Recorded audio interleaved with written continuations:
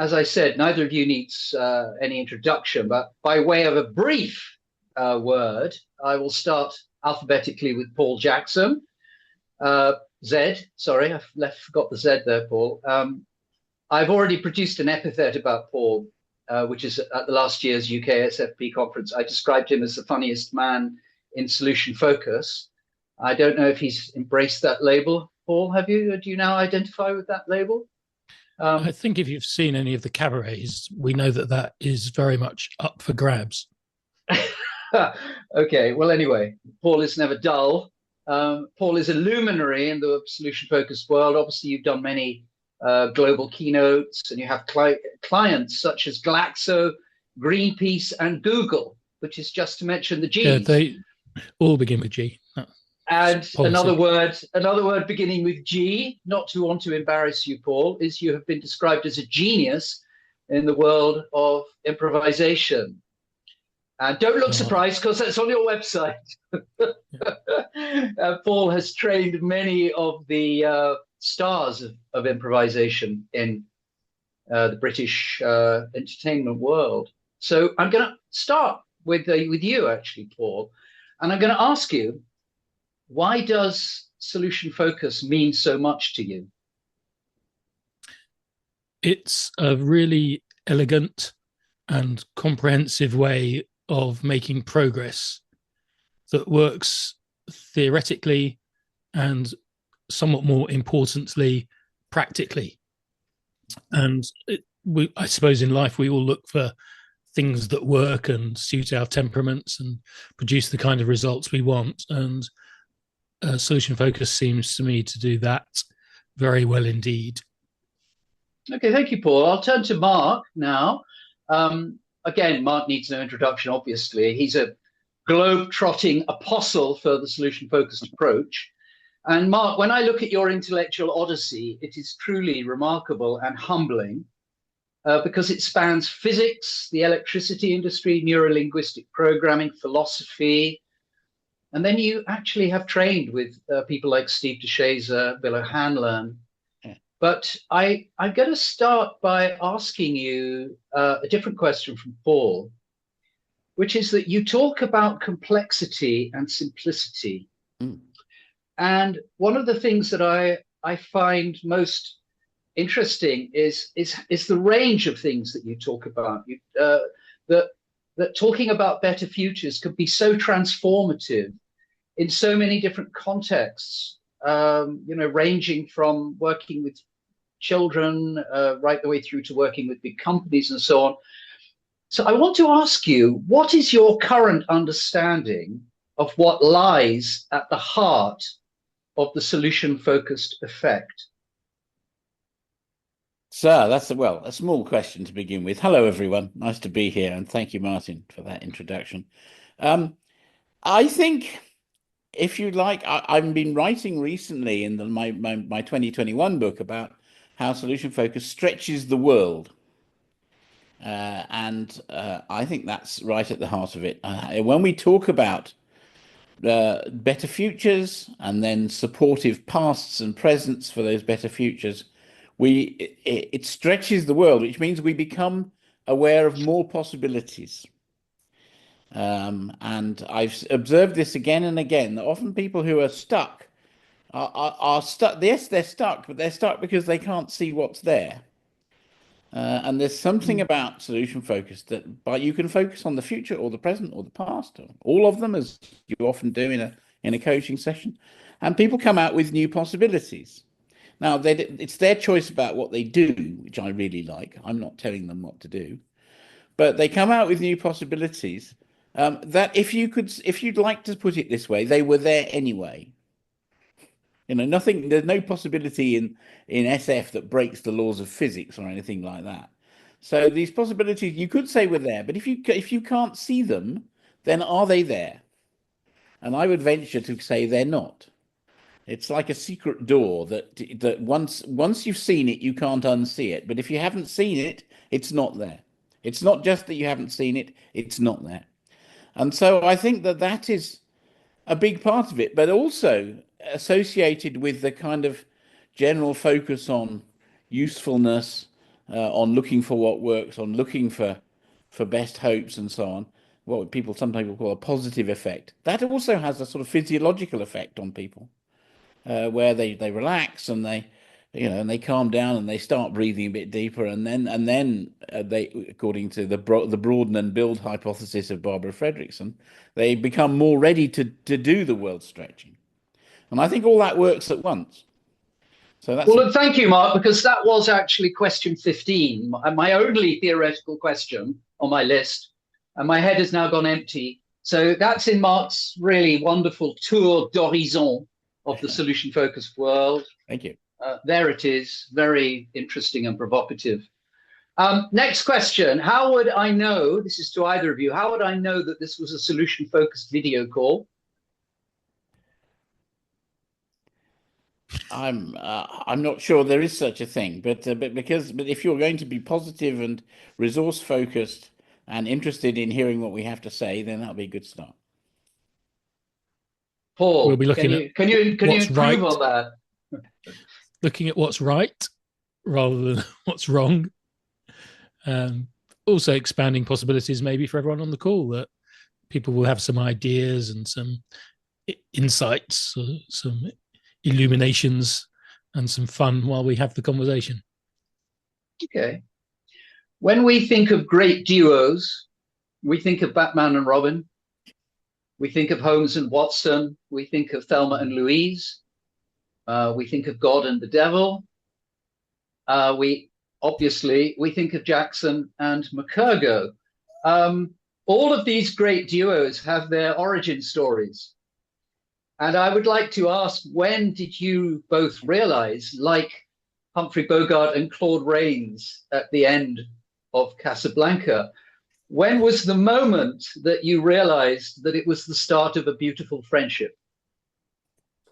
Well, I can do that. I remember the first time we actually met, and then Paul can maybe take it from there. I was living in Bristol at the time. Paul was living in Bath. It was 1993. I had just become a self-employed consultant, having left the nuclear power industry. And Paul was running a one-day workshop on improvisation. And I had heard his name on the BBC, and I thought, oh, that's interesting. It's only just down the road. I'll go along. And it was fantastic. It was a real tour de force of getting people to do improvisation in classic formats. And it was great. And so that's how we first came into contact. And then I started inviting him to come and be a guest speaker on some accelerated learning for trainers courses that I was running initially within the nuclear industry, and he came and did an afternoon on improvisation, spontaneity and liveliness, which is a key thing for presenters and speakers, I thought. So that's how we started together. Paul, what's your reminiscences of this?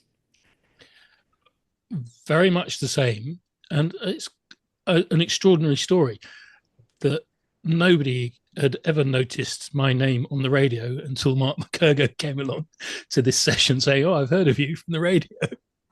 So it's a good start. I still have the letter from you that you wrote to come on the course. People said I was a hoarder, but it turns out that I'm an archivist. And there was coming together of interests. So we were both interested in improvisation. I was explicitly doing comedy improvisation at that point, and Mark was leader of a huge improvised jazz orchestra. Recordings available on all good musical outlets. And so we were both producing shows as well. We share an interest in sport, comedy, and various other things. So it was very easy to speak with Mark and explore these shared interests. And as Mark says, we started training together on his courses, and then we developed some other courses in presentation skills. And Mark had become interested in solution focus and introduced me to it, as did Jenny, who was very much part of that journey. Hello, Jenny. So they lured me into the Bristol Solutions group, and Mark maybe will say a bit more about what was going on solutions focused wise, but we shared that interest and got passionate about that, and it led to the things that are coming up soon in this conversation. Well, I wanted to ask Mark. You knew, had you met Steve DeShazer and Insu Kimberg before you met Paul? Had you done that training? No, I hadn't met him, but I discovered SF just before I met Paul.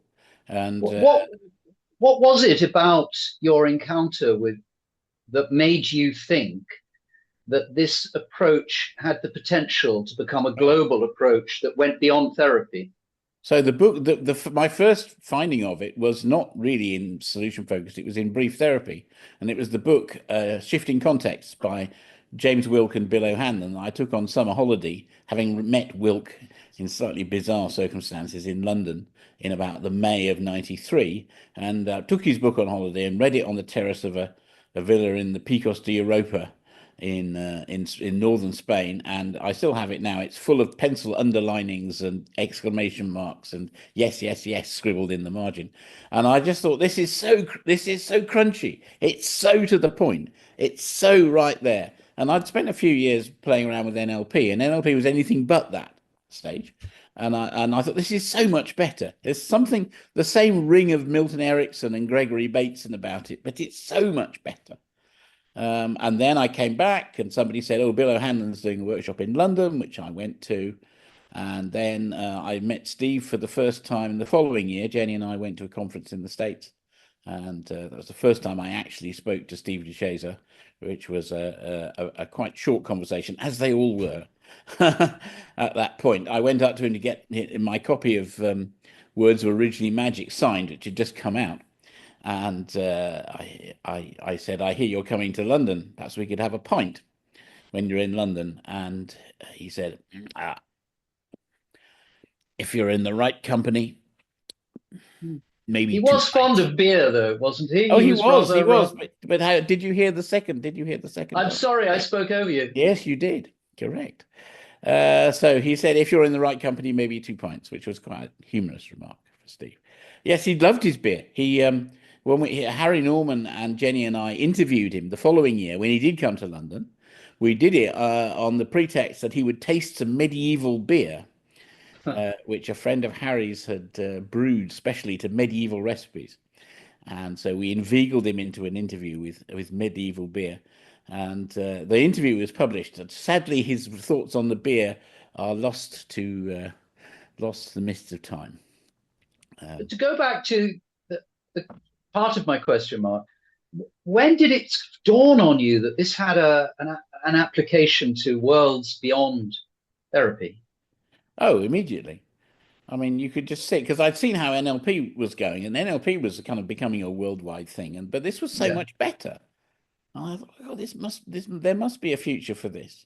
And we spent several years trying to learn it and figure out how to use it. First of all, very clumsily, and then later with a bit more finesse, and discovered, actually making it work in practice is not quite the same as kind of reading lots of books about it. But we figured that out in the end. Could I ask you, Paul? Could I ask you a similar question? This approach has come to be a dominant influence in your life. I think that's fair to say. When did you realize that it was going to become this overarching context for you? It crept up on me. So as I said, learnt initially about it through Mark, Jenny, and the Bristol Solutions Group. I did a training with Brief Therapy Centre, as it was then called, in London for 4 days, and was reading the books and very much liked it. And I think our realization of the applications was thanks in a large part to the welcoming nature of the people in the solution-focused world, the therapeutic world, and then after that in the coaching world, so that we weren't battling against them or trying to do something completely different. But our normal milieu was organizations, trainers, consulting and facilitating, and then coaching as well. And it became apparent that this was such a good framework for all of those pursuits that it just sat there very naturally. One of our early efforts was called The Quest for What Works, and people would go on this treasure hunt around the room, collecting items as resources along the way. And it was a bit too elaborate, really, but quite fun. But it had the spirit of making it interesting and engaging for anyone that got involved with it. And we took it on from there, beyond the treasure map. I'm going to turn to the book, and Tim is really hoping that this conversation can be useful to people who are interested in becoming writers, who might be interested in writing solution-focused books. Now, I'm a published author with Penguin, and I know, as do Paul and Mark and others here, that there are these agonizing vicissitudes on the way to being published. So my first question on this front is, having thought that this would make a good book, Paul and Mark, what gave you the confidence to think that it was worth writing, that it would find a publisher? Either of you can start. I'll start with this one. I had the advantage of being a journalist for 10 years, so was very familiar with writing, deadlines, so forth, and had written a book, Impro Learning, before Solution Focus, and a book, 58 and a half Ways to Improvise in Training. So I was familiar with publishing, writing, and that general field of books. And we identified, Mark and I, which publishers we thought would be candidates to publish something that we wrote, and wrote to about half a dozen. We got the usual no response from half of them. And the best response was from Nicholas Brearley, the eventual publisher. But he didn't take the book first time round. He had a very good meeting with us and told us exactly what was needed for this book in this market at that time, with his distribution channels and so forth. And he had a really clear and accurate idea of what would work for a book. And we were flexible enough and willing enough to take that time to meet the requirements. So it took an extra year, I would say, from when we initially intended to write and have it published to actually getting it done.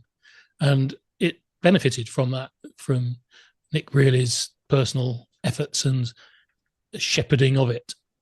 What are the real nuggets, Paul, that you would offer to somebody who was, intimidated by the complexities that might lie in the way of sending off dozens of letters and maybe getting them rejected, or having anxiety? We all suffer from imposter syndrome. At least I know I do.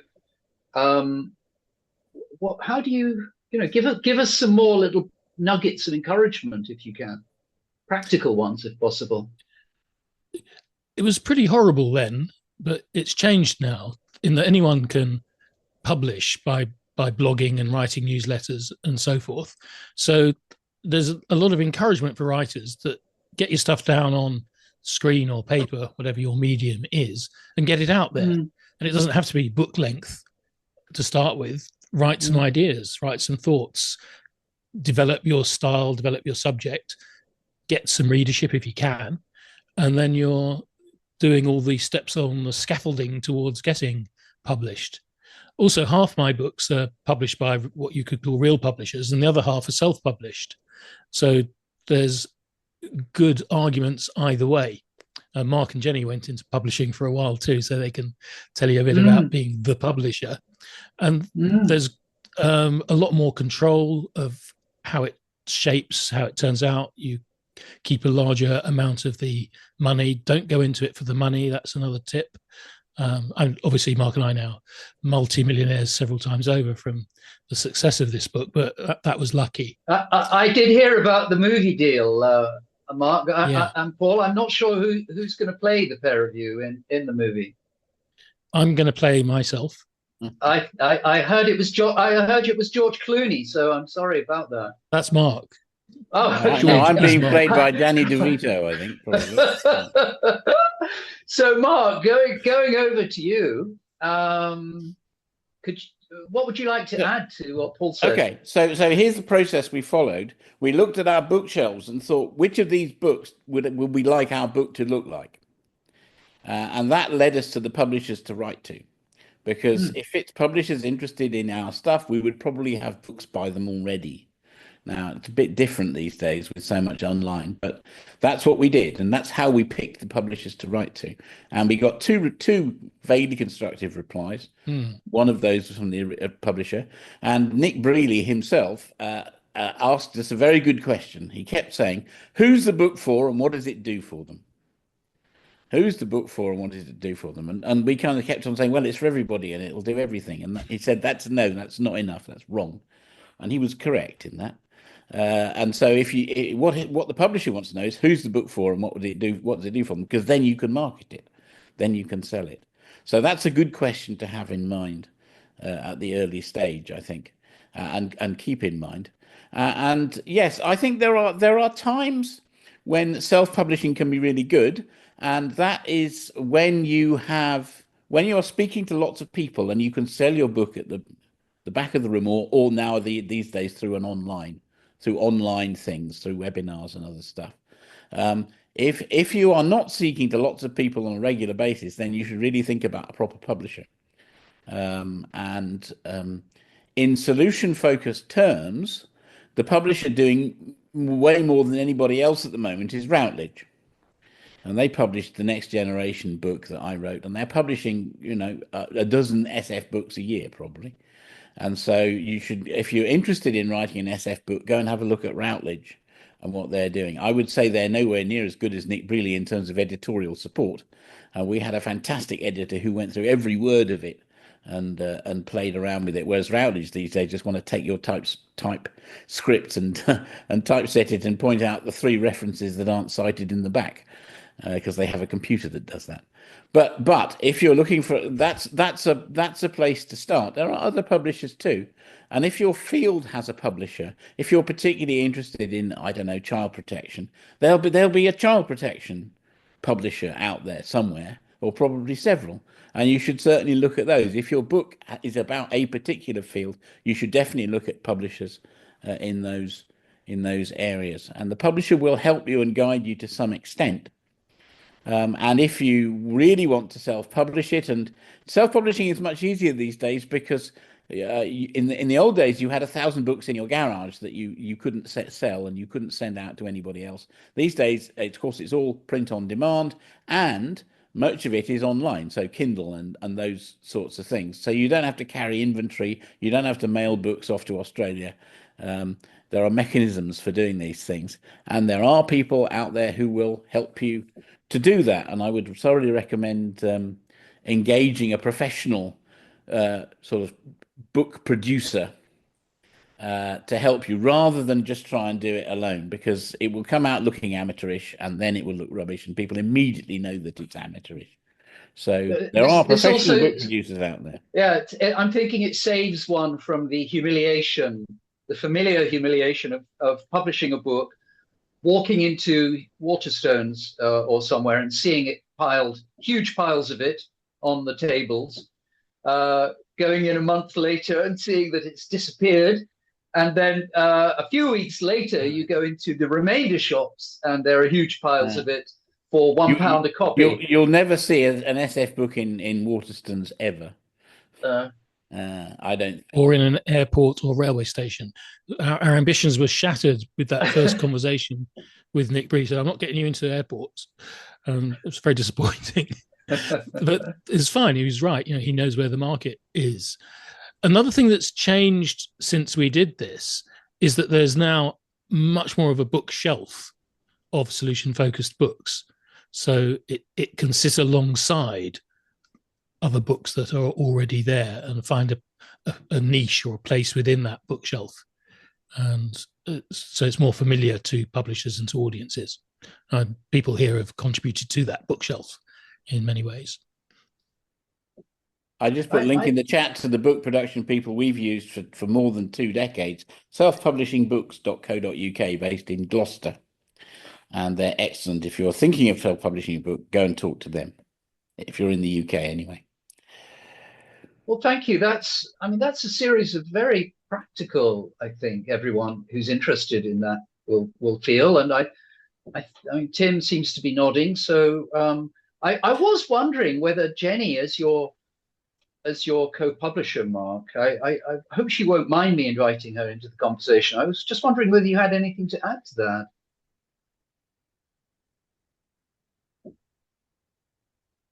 I don't have anything to add to that. Thank you. Okay. I think these people in Gloucester are terrific. And I would add something. Get a decent proofreader, because it's very easy to think that you're proofreading and you're just reading what you think that you can see. But that's all. Yeah, I agree with that, because having been both a proofreader and a sub-editor in my life, I am really shocked by the way standards have slipped, and this is because the money that used to be in publishing isn't there. And in particular, if you are self-publishing a book, I would ring all the alarm bells and say really consider that because astonishing mistakes are creeping into books. Paul, sorry, you want to add something? I'd like to add a couple of things. That with that fragmentation of how publishing works, you can and should get a professional to do the bits that you're not so good at, which might be proofreading, or it might be structure, it might be the marketing end, whatever it is. There are people that will help you with it so you can focus on your strengths, which would seem to be a very solution-focused thing. And what we haven't mentioned that I certainly found really helpful was co-writing. So co-authoring it. We've had terrific experiences, me and Mark, over 3 editions. So that's 3 goes at this book. And I co-authored 2 books, solution-focused books, with Janine Waldman, which are also really good experiences. And if you've got someone that's sufficiently on your wavelength and that treats the project professionally, then you get an immense amount of support and encouragement by having somebody else that's going to read what you've written, respond to it in a very focused way that will help to improve it. And we have certain working practices that we've developed, but whatever co-author you might be working with, you'll develop that for yourself. And it's a lot easier than writing on your own if you're not a natural, fluent, prolific writer. I'd second that. Go on. I wanted to ask us. Sorry, Mark, go on. I'd second that, and I'd say that it took me 20 years to get used to writing on. I thought I needed a co-author, and for years I had one. And then in 2020, I finally clicked into a gear of being able to write on my own, but only after more than 2 decades of doing it. And then I don't have a co-author, but I do have a very, very able first editor, who is Jenny on the call, who reads everything I write before anybody else does. And I think without her, it couldn't possibly happen. So it's certainly good to have other people getting their eyes on your stuff early on. Right. I'm going to ask you a solution-focused type question, which I hope isn't a cliche. How did the solution-focused mindset help you midwife that first book, the book that we're here to talk about today? I'm not sure we overtly used it, but we definitely did things that would be recognizably aligned with solution-focused approach. So we had a really clear idea of what we wanted that was co-constructed with the 3 of us as the clients, if you like, me, Mark, and Nicholas Brearley. And we were aware of our resources, knowledge of both writing books and of the content, the topic. And there was a lot that was emergent that we discovered along the way. It was, as we've said, very collaborative. Small steps were there all the way through, with deadlines week by week and next steps that we were aware of that kept the momentum going. So it's a long process compared with journalism, which I'd been familiar with a daily or weekly cycle. You're thinking in several months or even a year for a book of that volume, that size and scope. And we had certain rules of if we corrected or re-edited a draft that the other one wrote, we didn't go back to the earlier draft and debate things that had been thrown out. We just moved on with what was there all the time. And that sounds like quite an interesting piece of advice, just to hone in on efficient way of doing the it. Dynamics of collaboration. Yeah, though I might be glossing this with a misty haze of fake memory, but I don't recall any arguments. It was a very collaborative and productive process with all 3 editions.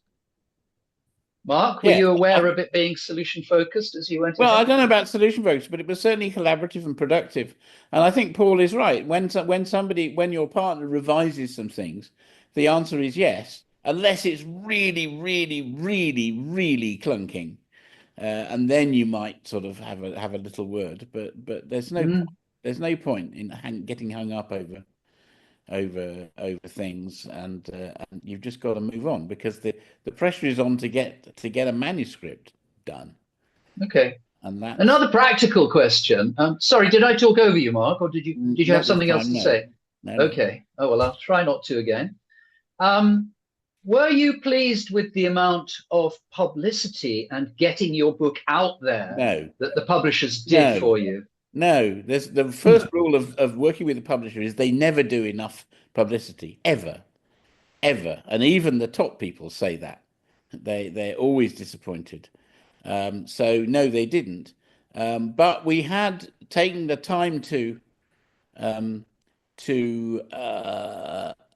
establish ourselves within the SF world, at least, by things like starting the solutions list server, which is still running under the name of the Sol World list.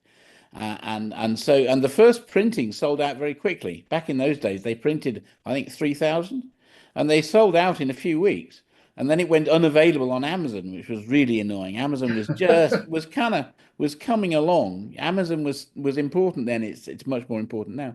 But the first printing sold out, and I remember being really furious because while the interest's out there, and it was on bookshelves for a few weeks at the start, but then the first printing sold out, and we kind of reverted to shouting about it and so on. So no, they never do. So you've got anything you can do. It's up to the author to sell the book. And Nick Brealey was very good because he offered a generous 50% author's discount, because he knew which side his bread was buttered on. And that is, if we sell books, if we buy books from him to sell or give away, package with courses, that's a good thing. He wants to give us a good deal. And I think that's a very far-sighted position for a publisher. Not all publishers take that view, but that was very helpful. And the honest publisher will tell you that they're not going to do very much in the way of marketing or selling it. They've got certain channels that they will use, but they're very limited, and that it's going to be up to you. So as Mark said, we did a lot of our own marketing work, including inventing a conference that we would have the book as a part of your entrance fee. And the second Sol conference? The first Sol conference. The first one. Yes. First Sol conference. Sol you got a copy of the book. And Nicholas Brealey, again, generously, with a bit of arm twisting on our part, came with some bottles of champagne to create a classic launch party. So that sounds like a very practical piece of advice that you slipped in there. I heard that line about books, giving them as or parts of training courses and so on. I wanted to ask you, how was the book received? And I mean that in the broadest sense. How was it received? What was its impact?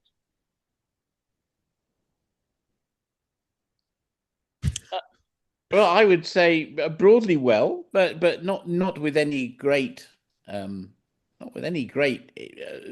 people liked it. We were trying to say an awful lot, that book. It's very rich. It's still very rich. There's an awful lot of ideas in it, probably too many. But because we had kind of involved a lot of people with writing the book and with the conference and the Sol list, in a way, we had some people on our side anyway. And there's a few people on the call here who were around at that time: Peter Rurig, Klaus Schenk, Jenny Clark, of course. But in a way, we were trying to reconceive solution-focused practice out of the therapy room and into a much broader context. And that's not easy, because if you just do it in the therapy room, you always have a helper and a helped person, and you can construct it as questions from this person and answers from that person. But if you're going to step in with a team, it doesn't work like that. And what's your role in the team? Are you an outside facilitator? Are you the team manager? Are you an internal change agent? Well, what are you, just someone who's asking a question in a meeting? There's so many more contexts. And so we wanted to get away from this idea of simply question answer. So we invented our 6 solutions tools, which are still in the book, which are chunks of conversation. And I think that was a really good move. And indeed, the world has kind of moved in our direction about thinking about solution focus in those ways now. And the art gallery metaphor that I like very much is an extension of that sort of thinking. So it's not the question that's important, it's the how you construct the whole piece of chunk of conversation. And we were among the first people to be doing that. And not everybody liked that. Steve DeShazer and Intu Kim Berg weren't particularly impressed, I don't think, because they'd learned it the other way. Interesting. And certainly Steve, he said to me, I learned this by watching 20 years of therapy, and I think it would be best if everybody else did the same thing.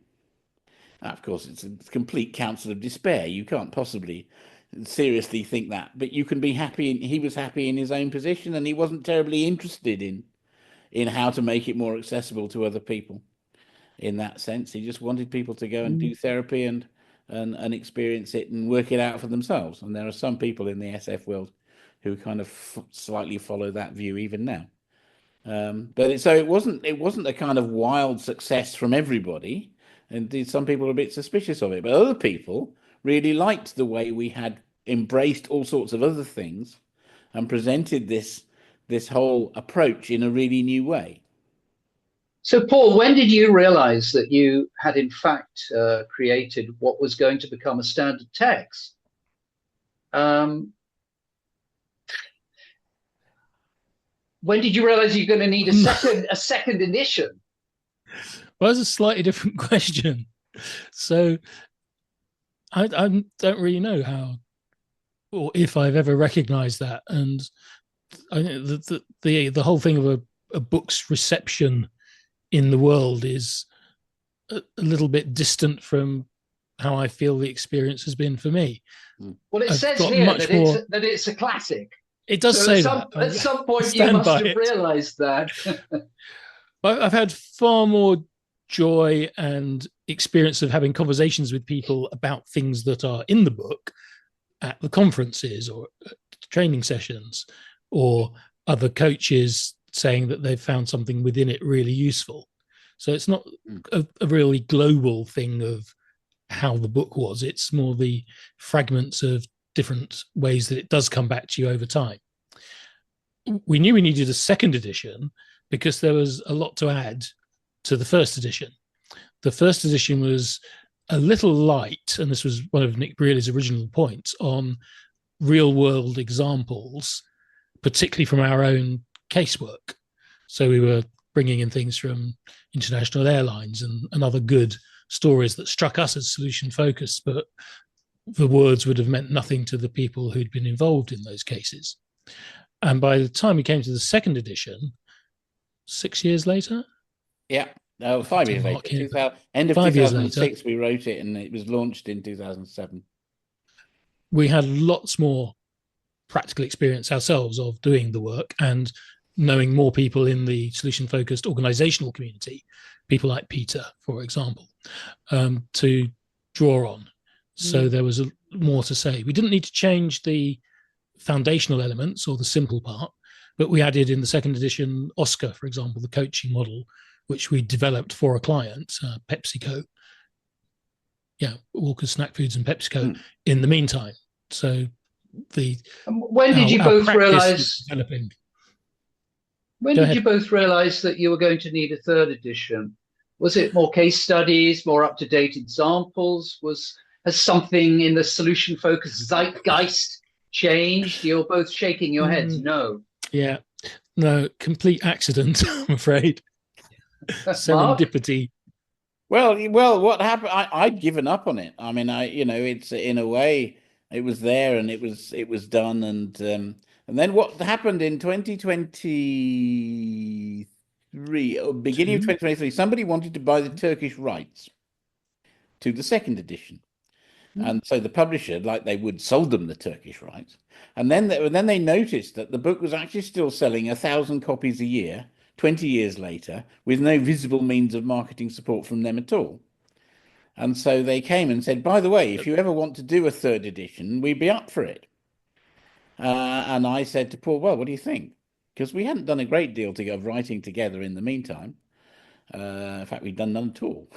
But we just thought, well, this is an opportunity. There are new things we want to say. We've got way more stories to tell. What a great opportunity! And so we said, okay, then, and we started working in about July 2023, and we sent the manuscript in January 2024. And Nick Brealey had retired by then, so it was all new people that we were dealing with. The publishers were now part of a bigger publishing company that's American based. Everything's much more geared towards online rather than the codex of a handleable text. So things have changed in the world of publishing as well as in the world of our experience of solutions focus. I think people might be interested to know, this is a successful book. It's a visible book in the world of solution focus. What impact has that had on your ability to, or your confidence in writing other books? Is there anything going on there that encourages you to believe that it's worth going ahead, and that means that you're an established author that makes it easier to publish other books? I don't think it does really.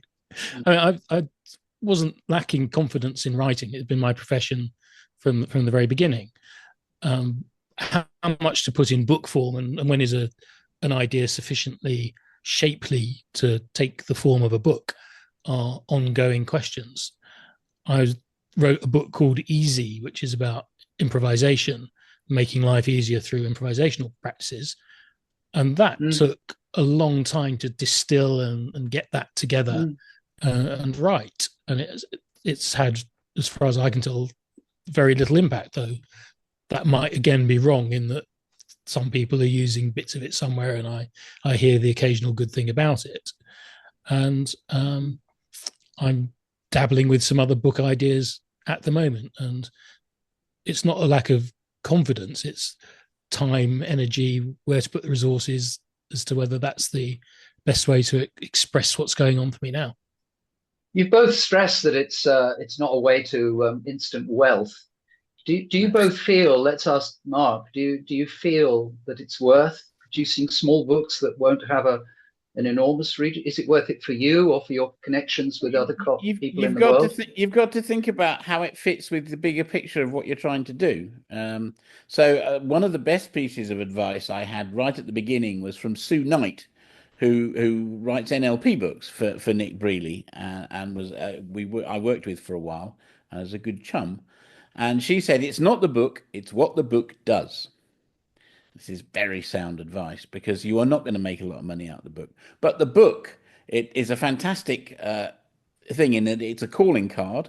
It's a thing you can put in people's hands. It takes your words around the world. It draws people to you who are interested in that subject. And you can leverage that into, talks, courses, seminars, other things, other activities, consultancy work, far in excess of what financially the book will do. But the book is the key thing that that can start all that off. So are you saying it gives you a certain kind of substance, the same way that the letters PhD might do after your name?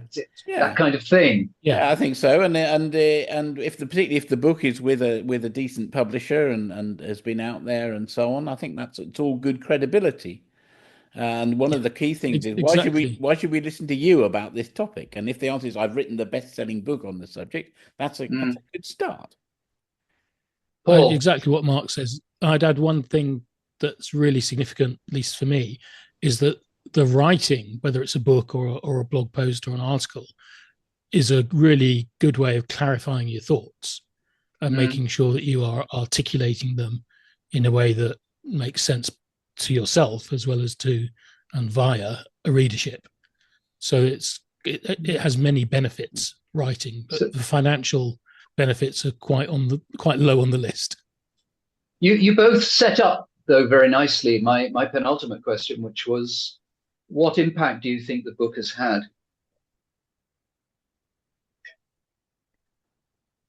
Well, I mean, I think in a way it was really the first book about solution-focused coaching and working in organizational settings. There was Louis Kaufman wrote something in Dutch before that, and somebody else wrote something in German, both of which were but if you want to be international, you've got to write in English, I'm afraid. So it was the start. And I remember a conversation with Nick Brealey right back at the beginning when we were putting the first edition together, where he said, oh, who knows, perhaps we'll be getting together in 20 years and toasting the anniversary edition. And we all had a chortle. But effectively, that's what we did. He wasn't around to have the glass, unfortunately, but we, the third edition, I think I'm extremely proud of.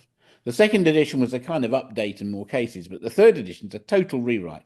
There's changes on every page.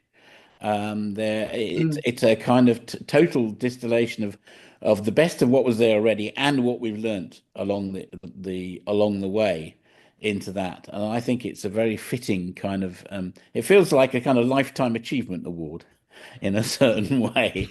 But the first and second editions were nice, but this is the thing that says this is now officially a classic, because it's had that effort and acknowledgement again. When you say you had a chortle, can we just tell our people who don't have English as a first language, who might not know what a chortle is? A chortle is a sort of little laugh and a joke. Paul, what do you think the impact of the book has been for you? It's been influential in organizational change work, and there wasn't that book there to do that before.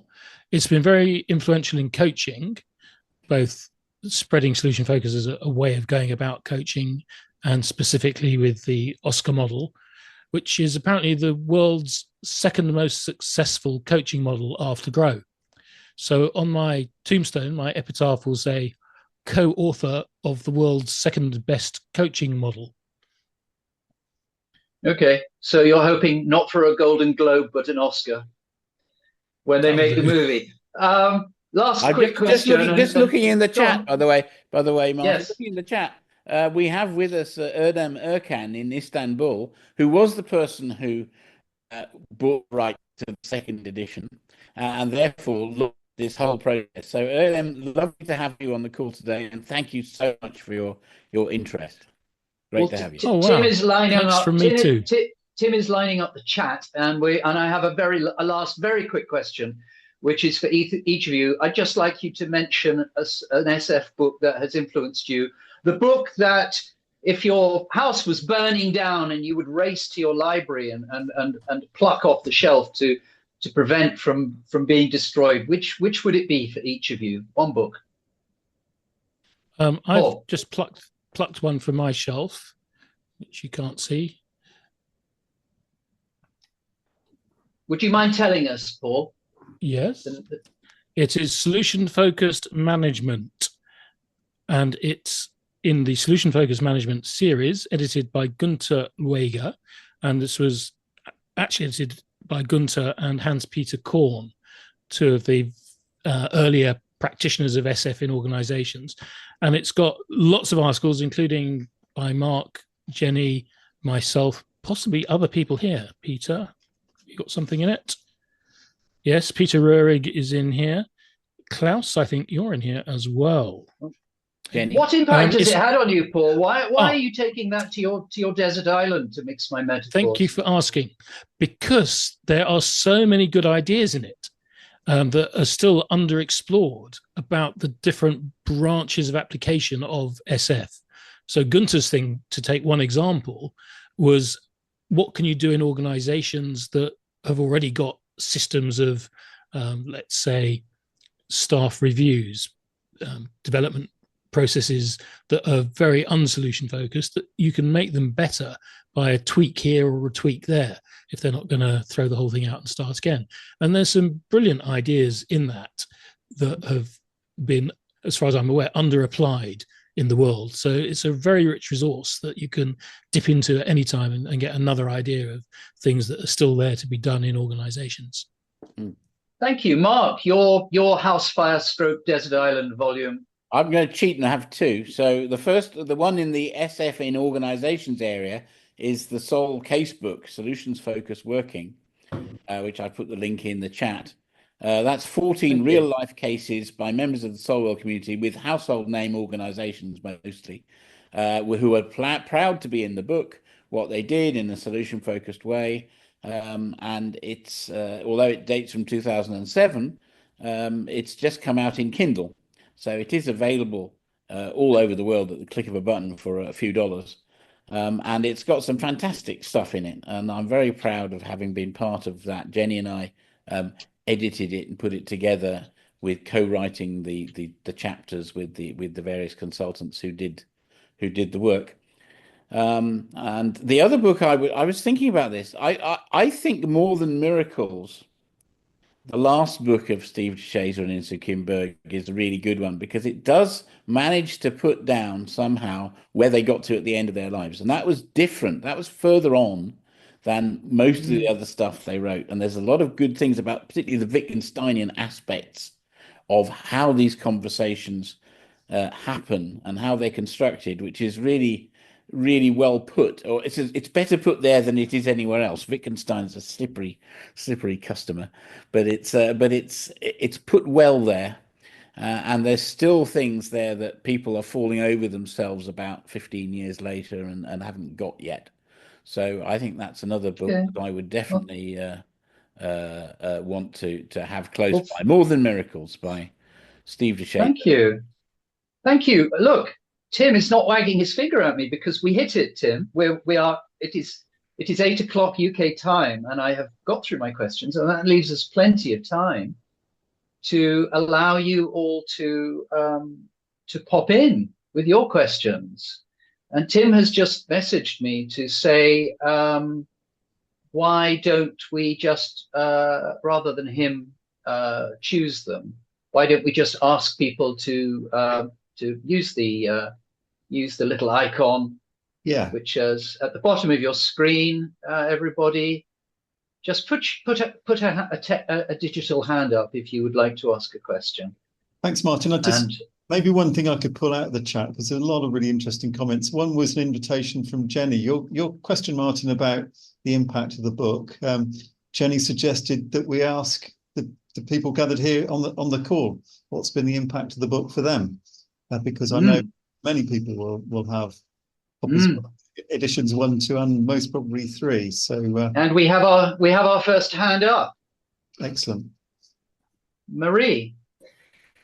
Yeah, I don't mind to share, so, I came across Mark through a different avenue because I'm an attendee at Sunday Assembly, but I am a human resources practitioner, and I was really pleased to find out the link between the work that Mark has done and obviously the work that I strive to do in the organisations that I work. So it's been a really great sort of passing of I don't know how to describe it, sliding doors, etc. But as Mark said, I'm currently on the course that he's running online, and I work in an organisation that's striving to solve a world problem around nature restoration and halting and reversing biodiversity loss. And I had introduced Solution Focus before I started the course with Mark to our senior leadership team, and it instantly made a difference. So people in an organisation who are struggling with hope and who are struggling with systemic issues in a complex ecosystem are finding this an amazingly useful way for them to feel hopeful and to take control and do something. So it's had a massive impact for me. And response from Mark or Paul?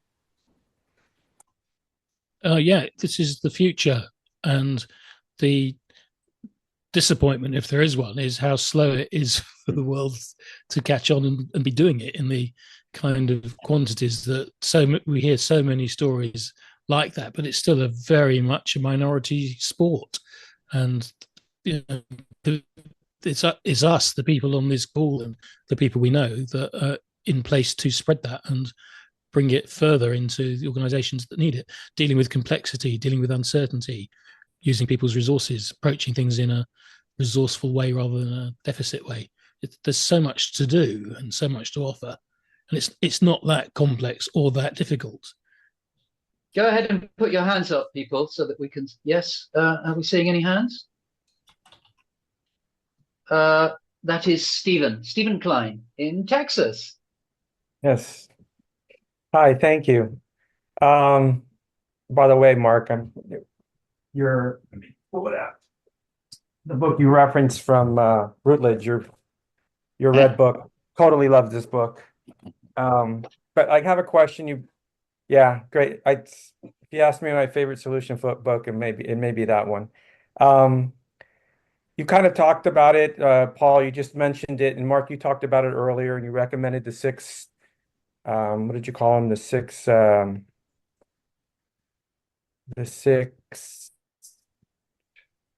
solution tools in the other book. So what's so me and the other person who just left the call, we work together, and we're in the States. We work in management consulting, and we're trying to bring solution focus. You've touched a little bit on the challenges of bringing it into organizations. Can you elaborate a little bit more? Why is it so tough?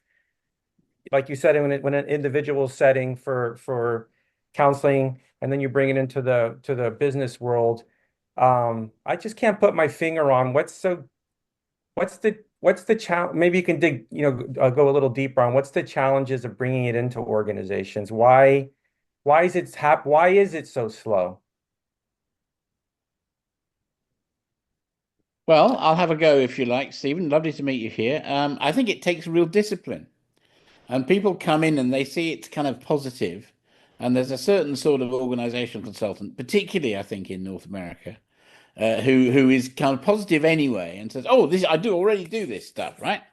And they go off and be positive, and they're not solution focused at all. So it takes a real discipline, I think, to bring it into practice. And curiously, it was invented in North America, in Milwaukee, but by somebody of German extraction and somebody of Korean extraction. And it goes easier in Europe, and particularly Northern Europe, and in Asia, where we've got lots of friends in Japan and Korea as well, and Singapore, and across Asia, who are doing solution-focused coaching. It goes really well in those settings. And so I think there's something about the discipline that maybe doesn't immediately register. Do you think there's anything about Insu Kim Berg's Buddhist background? Is there anything about the kind of Confucian mindset of the East that aligns well with solution focus? Very much, although I'm not sure if Insu was a but culturally. But yes, there is. And Steve culturally, and Steve was also interested in some of those things. So yes, although they didn't make it, there is a little bit in some of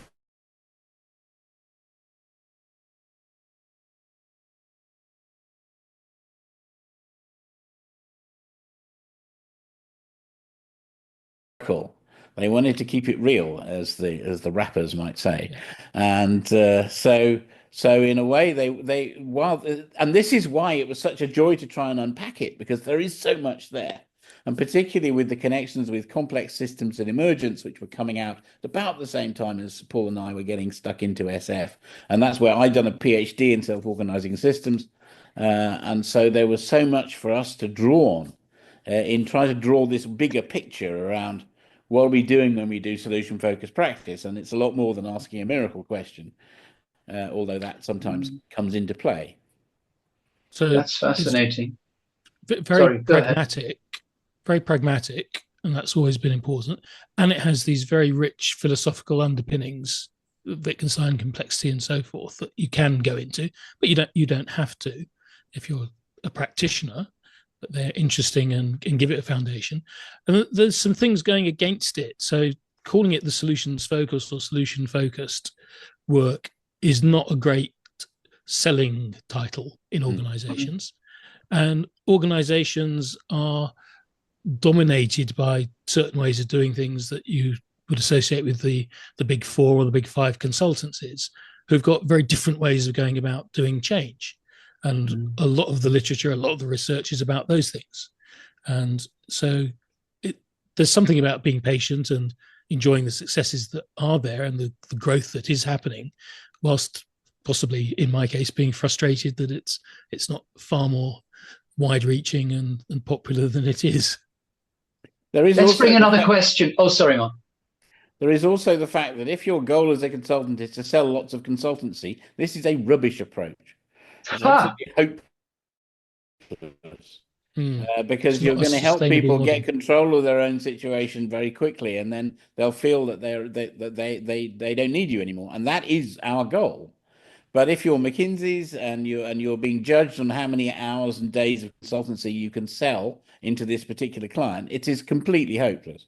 So it needs. That's why I think it tends to go well with independents and people who are working within organizations rather than big consultancies to whom it is an anathema for commercial reasons. That's really interesting to hear. Let's bring in another question. Maura in Italia, buonasera. What is your question? Hi, everyone. So I am a beginner, just in the course Mark is teaching us solution focus now. So I have a curiosity. I understand that a big part in solution focus approach is tapping into a kind of magic, creative part of ourselves. Are you open to say anything about the big use of artificial intelligence we have now, and how this can impact the use of solution focus? It's a great question, Mara, and thank you for asking it. So let's begin at the beginning. Solution focus, yes, there is a creative piece to it.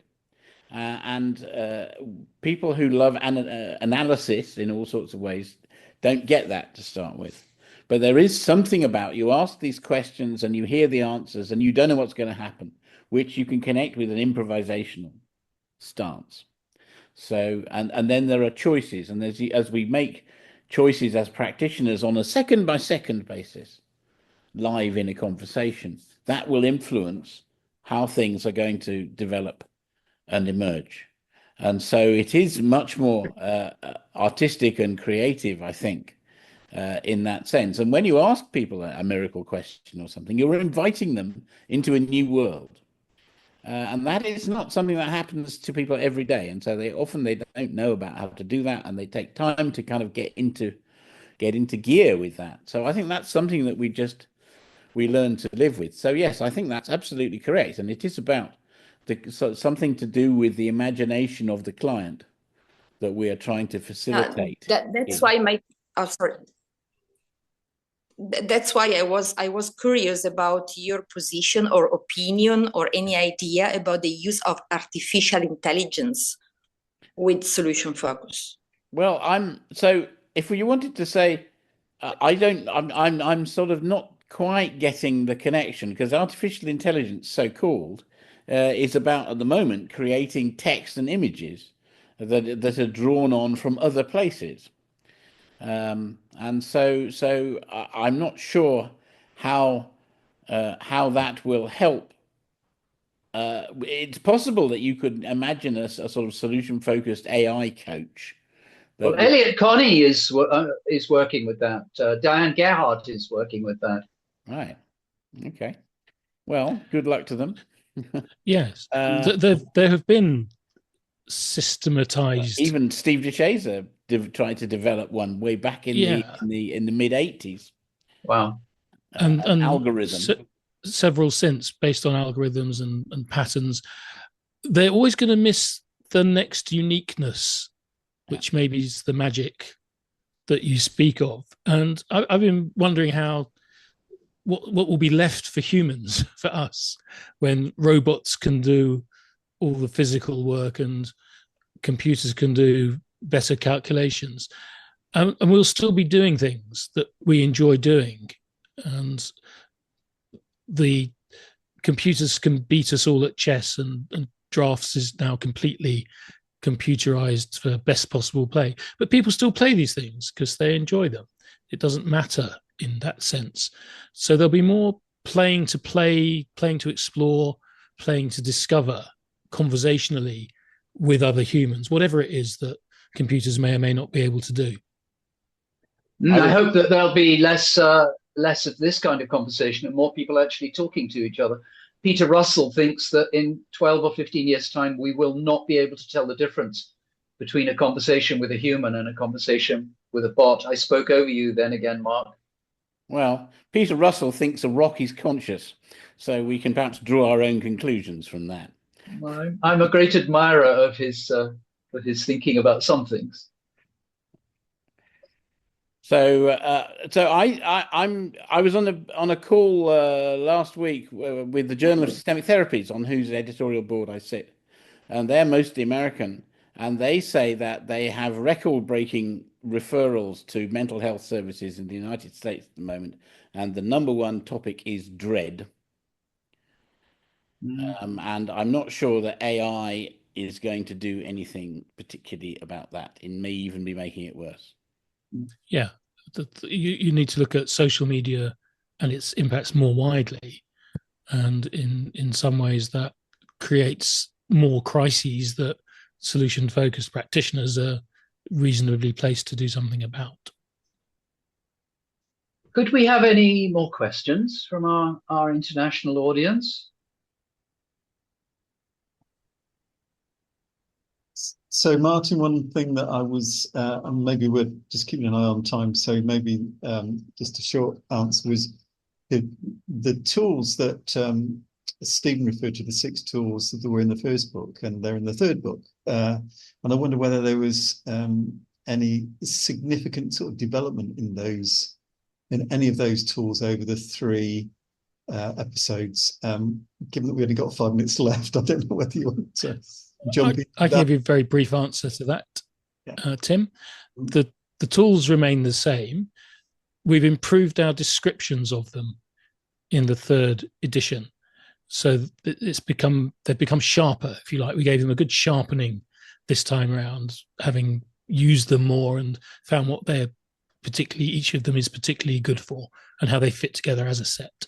Okay, I think I recall that you had reservations about the use of the word counters, because that had a couple of different misunderstandings, and you've kept that?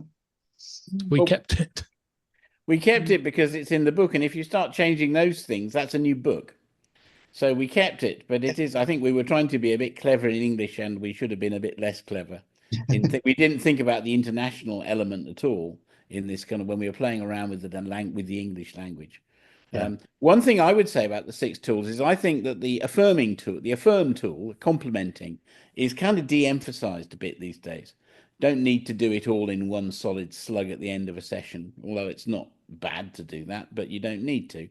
So I'm encouraging people now to look for ways for people to be appreciative as they work, rather than think about it in kind of big chunks of compliments. But the other tools are all good. The platform is the one which I think we've made most progress on. I think at the beginning, I thought the platform, which is what's the project, it was kind of obvious, but it's not. It's actually really fundamental. And if you do a good platform building, I've just been doing this with Maura and the group this week. If you do a good platform building, everything else works and everything else seems to fit together. Whereas if you don't do a good platform building, it's all flimsy. So that's the tool my understanding has come on the most. Kerry has her hand up. Maybe we have a question. Good, Kerry. I'm hoping it's just a very quick answer. So, Paul, you mentioned writing for self-expression when you're just discovering writing. And then Mark had mentioned, what does it, kind of have an idea of your audience, what does it do for your audience? And I suppose I'm wondering, how do you work out the balance between it just being about an expression of self and it then becoming about writing for an audience, if that makes sense? How do you kind of balance that? Makes complete sense. And it's starting with the first of those, write for yourself, express what you want, get clear about it. Then at some point, depending on how original you think it is or what kind of response you're getting, you might want to ask a marketing question, which is, who's going to buy this and what are they buying it for? At which point you enter into a commercial relationship with your writing. Mm-hmm. So it's go from one eventually perhaps to the other. Okay. Thank you. There isn't an absolute guillotine here. Anyone who's had enough could just slip quietly away. But I want to offer you all the opportunity before we close. If anyone has a question, is it there? Just go ahead.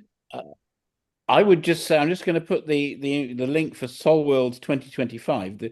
The book was published at the first Soul World conference in 2002, and there's going to be another Soul World conference. There's one most years in 2025 in Belgium. So I've put the link in there. I will be there. Paul will be there. Lots of people who are enthusiastic about solution-focused practice in organizations will be there. It is the big sort of once every 2 years get together. So if you can possibly get to Belgium and come and join us, do that. Make that a priority for your 2025 professional. And it's not going to be that big. There's a fairly modest size limit. So get in quick if you are thinking about it. 130 places and 50 sold already, I think. Yeah. I can't see any more questions. So, Paul and Mark, is there anything that you want to add that I didn't ask you that you would really like to say about this book? I've said everything it's possible to say in exactly the time available. So thank you all very much. Okay. Well, I'm in that case going to bring this event to a close. I'm going to thank Paul and Mark very much for their time, and thank you all for attending.